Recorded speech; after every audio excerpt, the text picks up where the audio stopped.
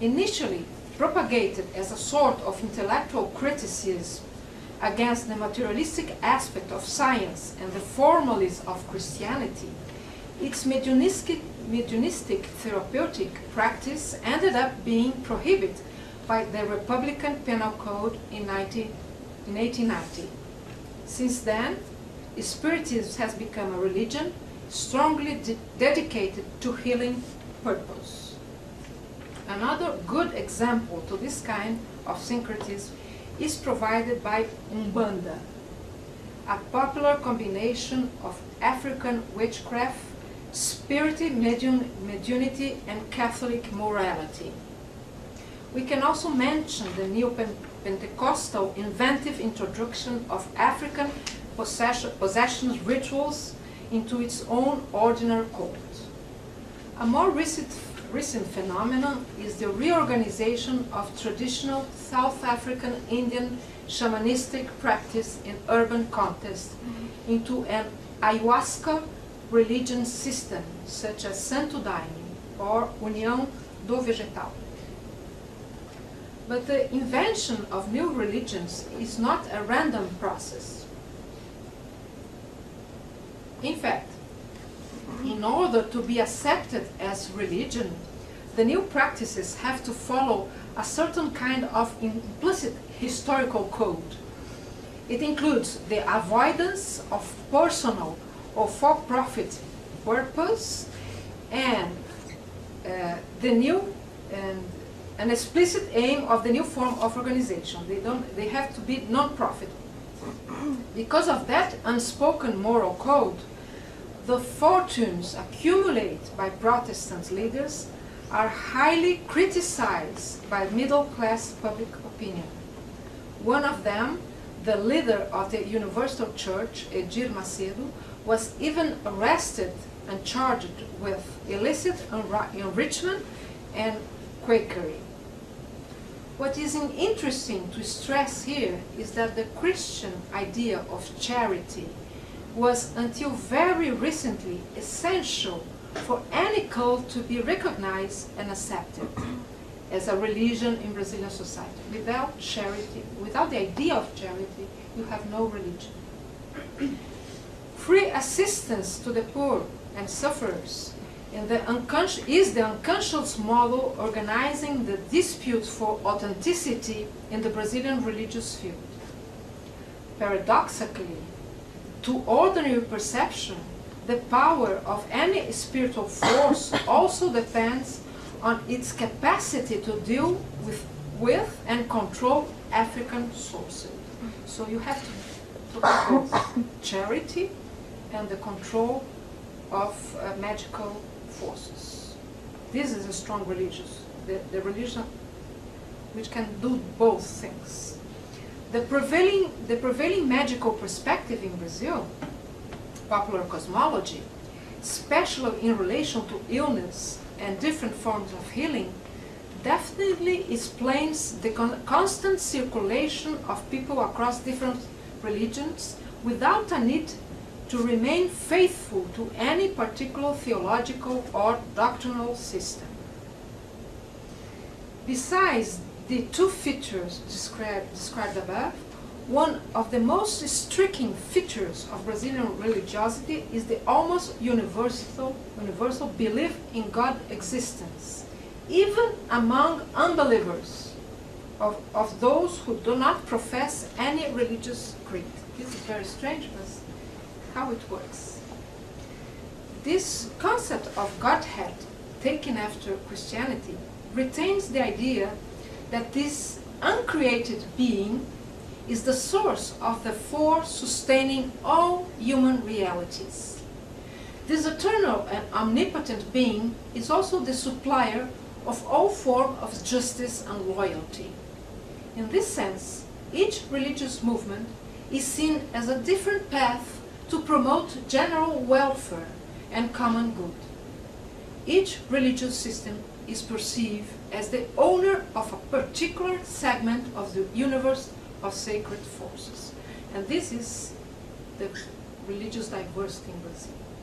Each religion is good because each religion has his own key to the sacred forces or the well-being. The key idea here is faith. And I underline that. Faith is not belief. Belief understood as a doctrine that a person or group accept as true. I'm not talking about that. I'm talking about faith in the sense of the capacity a given religion has to gain public confidence in its monopoly of sacred attributes. This idea of faith is what moves the Brazilian religious field today.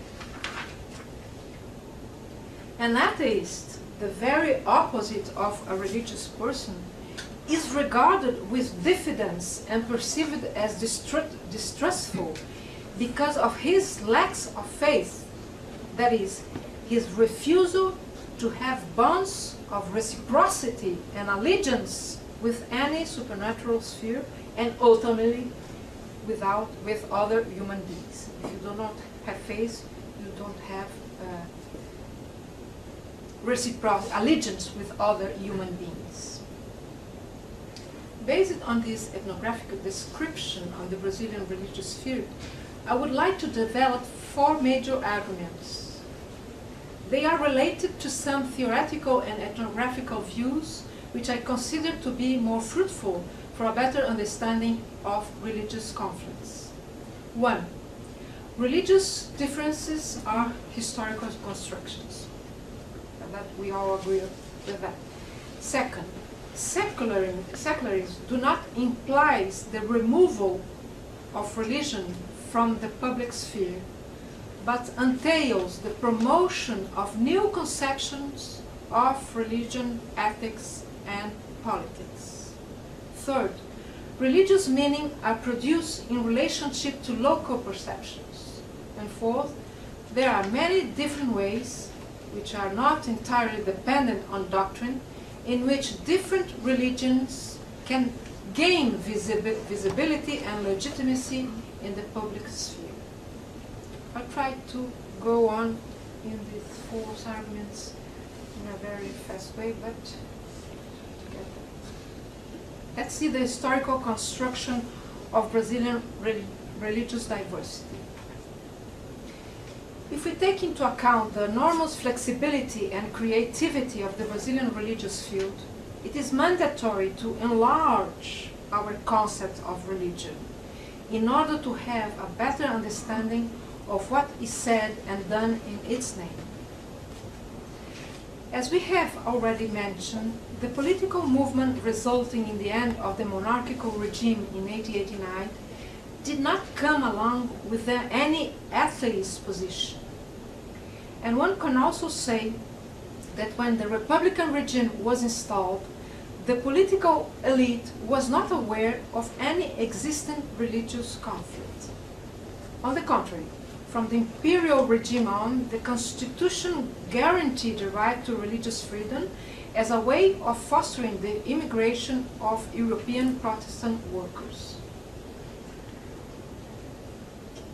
Moreover, the construction of the nation-state never went through the experience of religious conflict due to the evident historical hegemonic status of Catholicism.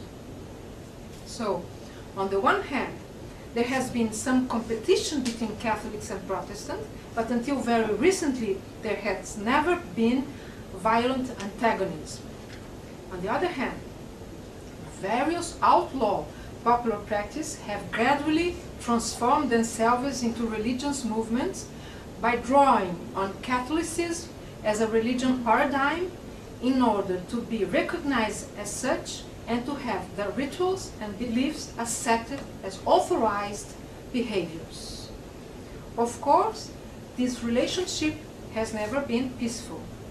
For almost 1 century, the Catholic Church denigrated Afro-Brazilian traditions and accused them of being instruments of the devil and immorality. More recently, neo-Pentecostal churches have taken the same role. The fast expansion of the universal church of the kingdom of God in the 80s was followed by a violent crusade against Afro-Brazilian practitioners that included physical aggression against their saints. The weakening of this tension, or at least its socially controlled form, came to the political horizon when Afro-Brazilian traditions were acknowledged as an essential component of the national intangible heritage in 2009. So they became cultural. They became Brazilian tradition. And then they are allocated in our cultural universe. The historical perspective allow us to assert that religious phenomena are contextually defined and cannot be taken for universal and ahistorical events. In this sense, the concept of religion as proposed by the classical literature that understand as religion the belief in transcendental gods does not fit many of the movements described by the current anthropological literature as religion. This classical definition is, in my view, a heritage of the historical construction of Western secularism. In fact, these qualifications fit better the Jewish, Muslim, Christian traditions, for instance, rather than the range of religious configuration existing in modern Brazilian society. The ethnographic examples I gave you are particularly illuminating for the perspective defended here. From my point of view, what anthropological analysis has to do is not to define religion, but be aware of the process that create what religions are to be. For instance, I think that it is important to confront the particular legal form and the cultural conventions that enable the perceptions of religious diversity to be imagined, signified as a political value, and organized institutionally within a specific state. It is quite clear to me that the Constitution of 1988 became a turning point in the Brazilian paradigm for dealing with cultural difference and minorities. The traditional miscegenation ideology gave way to a different claim of cultural recognition and respect for the public visibility of religions' differences. So it's a very important turning point, and a very recent one. As has been the case with many contemporary nation states, the historical Brazilian pattern that conceive the nation's cohesion in terms of syncretism, that is, the political, symbolic, and ideological mixture of different races and religions, has been displaced, more or less, not entirely, by the paradigm of multiculturalism, that is, the recognition and juridical preservation of cultural and religious minorities. That's new in Brazil. Since then, numerous social movements have sought legal protection for their claims. Examples of them are the Quilombola communities, slave descendants who claim to have rights to the land of their ancestors.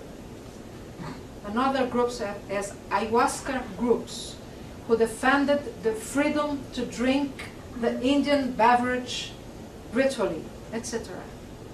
In this sense, Brazilian multiculturalism became politically efficient in order to produce two things: a new form of empowerment of the poor and other minorities, and two, a more popular form of governance.